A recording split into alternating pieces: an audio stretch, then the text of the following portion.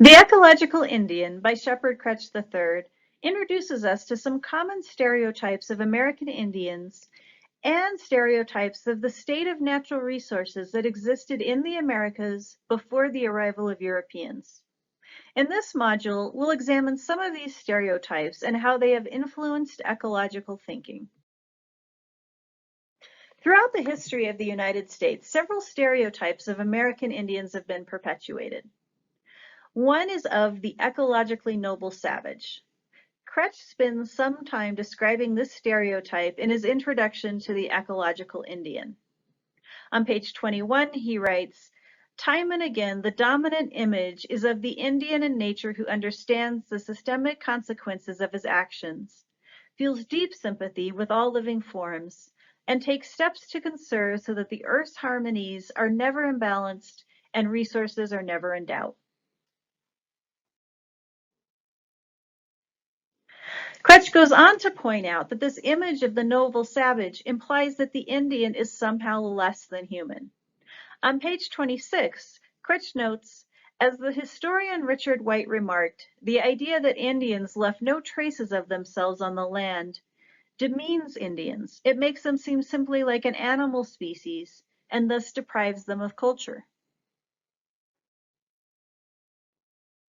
The idea of Indians being simply like an animal species who didn't affect their environment has been operationalized by early American ecologists, land managers, and policymakers. Since my background is in range ecology, I'll provide an example from that field. But first, let's spend a few moments considering how early ecologists viewed ecosystems. Until recently, ecosystems were thought capable of reaching a stable state or climax community, composed of the plants and animals best suited to the conditions in the area. It was thought that there was one potential climax community for any given site, and a site is defined as a combination of soil type and climate.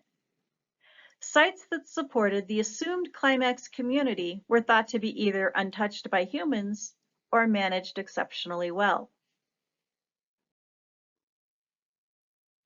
For most of the 20th century, scientists, policymakers, land managers, and ranchers used this idea of the climax community to assess range condition, plan management actions, and develop policy.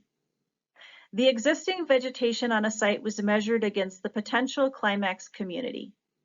The climax community represented a healthy ecosystem, one that was highly desired by land managers.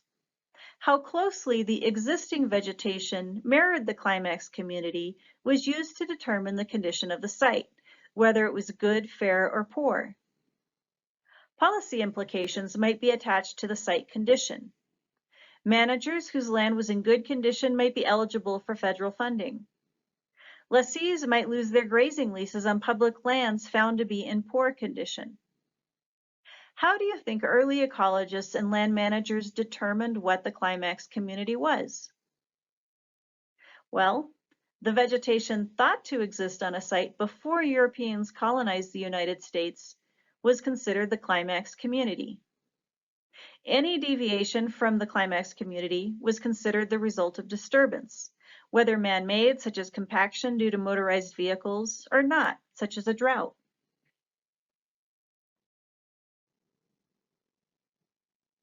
Referring back to the philosophical questions that I outlined in the introduction regarding holism and alienation, and whether humans are part of nature or separate from it, we can also start to see the approach that Western ecology has taken. The highly desired climax community was thought to occur in the absence of humans, or at least in the absence of European Americans. At the same time, however, note that Native Americans were apparently not thought to have the same unnatural impact on natural systems. They were recognized as having inhabited these areas that were defined as being a climax community. What does this say about early ecologists and land managers' views of man's role in nature? And what does it say about European Americans' view of Native Americans? Does this imply that ecologists approach nature from a perspective of alienation, of humans being separate from nature? And if so, does it also imply that these early ecologists viewed Native Americans as less than human, since they could exist, or coexist, I should say, with nature? Perhaps the assumption is less sinister than that. Perhaps ecologists recognize that different groups of people impacted the land to different degrees. But this begs the question, why was there no recognition of some indigenous groups having a greater impact compared to others? The Hohokam, for example, which are described in Kretsch's The Ecological Indian, diverted waters and plowed the land, so they disturbed the soil profile to grow crops, and yet they're still lumped together with indigenous people who were thought to coexist peacefully with climax communities. The current thinking in ecology is that there might be several different potential stable plant and animal communities for any given site, and that community structure might shift for a number of reasons, both human-caused and natural, predictable and random.